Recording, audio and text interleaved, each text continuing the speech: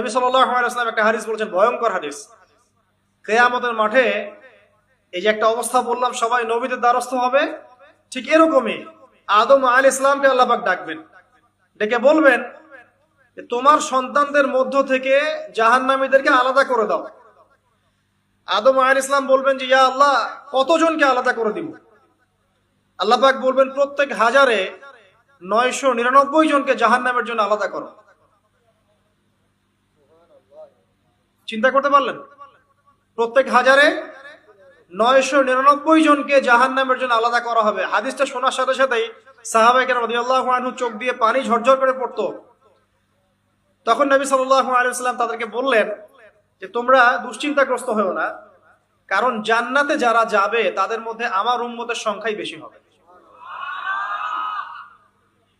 তবে সেই কাজ তো কিছু করতে হবে নাকি?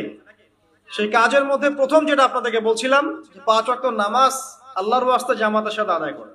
পারবেন না ভাই? আল্লাহ পাক তৌফিক দান করুন। যত পাপী হয়ে যাক, আবার উঠে দাঁড়ান। রাতে দেখেছেন, তওবা করেন, উঠে